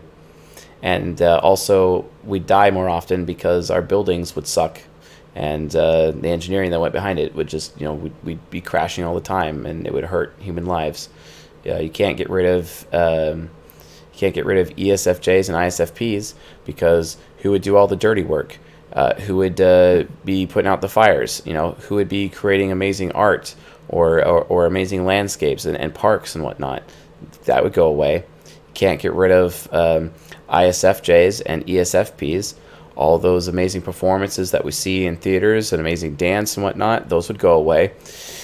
On top of that, we would have lost our faith as a race, and our connection with the spiritual realm would be severely inhibited without ISFJs and their unyielding faith. Also, to have ISFJs that push forward and survive and endure all pain and everything, we'd lose our ability to endure. Good luck. It doesn't matter. Every single type is absolutely critical to the survival of our race. Even though there's definitely some types I personally do not want to be around on a regular basis, but that doesn't mean that they have every right or need to exist and to have their needs met and even their wants and dreams met. It can happen, because guess what? It's the pursuit of happiness. Allow these people to pursue their pursuit of happiness. Love your neighbor as yourself. Learn to love yourself. Love your neighbor as a result of you being able to love yourself. What business do you have loving anyone else if you cannot love yourself first? And guess what? If you delete a type or you delete two types, you've literally just doomed humanity. You can't do that. This is why I'm very afraid that one day this science, as we develop it and making it available in terms of technology, it will be utilized to create a world that is dominated by mental eugenics, where people, like dictators and whatnot, would actively seek to remove people, remove children, specifically at biblical proportions, like, the story of Moses and babies being thrown into the river, etc., like specifically based on their type. What a horrible future for our race if that ever happens. You see what I'm saying? So we have to be very, very careful to make sure that we have mutual respect for our neighbors and mutual respect for the types of people that are out there on a regular basis. Absolutely important. Okay. What other questions do we have?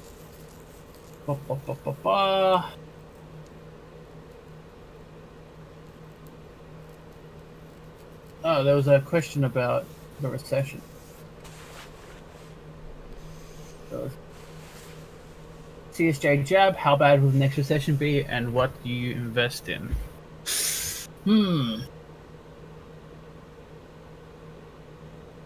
What do you reckon? Say again? I think the next recession will probably be built around one of the future coming elections.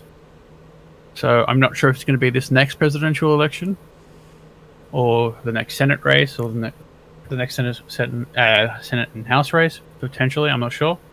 Right. But I kind of feel like you will have an economic downturn, given that there is a perception currently broiling up in the Democratic Party that taxes need to be increased, which is going to make businesses panic and try and move crap offshore again. Potentially. If that does happen, any business which does offshore manufacturing with a country which would likely be exempt from tariffs would probably be a company which would have an upturn in their stock. That's my guess. I don't know. What do you think? I am not an economic expert, not remotely, and I have no opinion. I'm literally pulling a Tim Allen here. Right. Home Improvement show. I have no opinion. Well, I think the most volatility in the market will be built around the elections. If taxes are pushed too high, like that new far left politician Ocasio-Cortez is saying, if the taxes were ever pushed to over 70% on the wealthy, most of the businesses in the US are just going to be pushed overseas. I mean, that's the fact of the matter. And I would. Exactly, yeah. You would probably move the CS Joseph business overseas if you had to pay 70% tax. That's right. I would. Where would you move to? Not here. Canada, if I have to. Not here? Costa Rica. Canada? London. Costa Rica. London? Who knows? We'll cross that bridge when we get to it. Well, yeah. I mean, it's essentially... What it really comes down to is predicting the outcome. Whether these systems will be put in place. If they're put in place, companies which already have their manufacturing overseas will have less of an economic burden.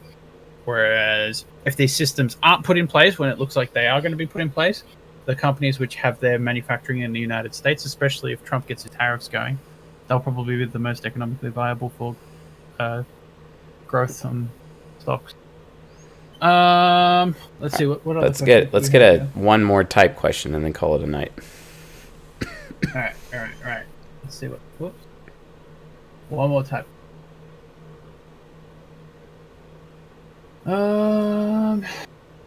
What do ENTPs respect in a person? What do ENTPs respect in a person? Someone who has absolute willpower, and they can literally will their way through almost any obstacle. Someone who's extremely rational and very intelligent, always providing accurate input to the point where it's verified that the input is correct, such that it becomes a core systematic belief, a belief with which an ENTP could utilize as a guide for proper decision making, especially moral decision making. Because then they finally have access to the good instead of access to the true, and then within their minds they have access to the good and the true simultaneously, and then as a result of that they're actually able to grow and behave more efficiently and more optimized, which is absolutely something that they need. And then also someone who is seeking to give them a good experience, not overly pressure them, and in such a way where it's not neglectful, but at the same time it's also in a way where it just kind of meets that need, of making sure that they're comfortable and whatnot, but also continuing to expand their horizons and show them new things and provide them variety so they don't get stuck in a rut, basically, with their habits, because ENTPs can get stuck with bad habits if they're left alone for too long. So yeah, those traits would be what ENTPs respect in a person, for sure. Yeah, Perion is like, oh, he loves Jeb the most. Yeah. Is that it for now, or do you want to sneak in a few more? Yep, that's it. That's definitely it. So, all right, folks. Thank you all for being for our much late Q&A. We're gonna be doing another live stream soon for how to type. I've gotten a couple of requests from people. I think we're gonna be doing another episode. We might get 2 on that episode. We'll see what happens. But it's gonna be fun. We'll get 2, yeah. Yeah, we'll see. Otherwise, any Patreon content you want to shout out? Yeah, we're just continuing on with the Golden Pairs. The Golden Pairs for the Patreon content, and we're also going to be having our private How to Type stream as well. If you are a patron who's I believe it's Ruby or above, please make sure that you inform us who you would like to be typed next. The last time we typed George W. Bush, we typed Hillary Clinton, we typed Jim Carrey. All in the same episode, basically. It was really fun. I think we did 4 people in one episode for Patreon. Yeah. It was a lot of fun. We could just blitz through those, yeah. Yeah, we just blitzed right through. The audience was engaging. They were pointing out stuff, and it was brilliant. Yeah, and interaction was exquisite. So that would be pretty awesome. So otherwise, folks. What about the yes? What about the platinum discussion? That's coming up soon again. Yeah, we're gonna have the conference, which we do our monthly conference and whatnot. So anyway, that being said, folks, thank you all for coming tonight. We very much appreciate you, and we love this audience, and we continue to move forward as a result of you being with us every time. I apologize that me traveling and the health problems that I end up having as a result of traveling so much has inhibited me to produce content on a regular schedule, but we are in process of remedying that. So thank you very much for your patience and your grace. We really appreciate it. So that being said, everyone here, you all have a good night, and we'll see you next time. See you later, ladies and gents.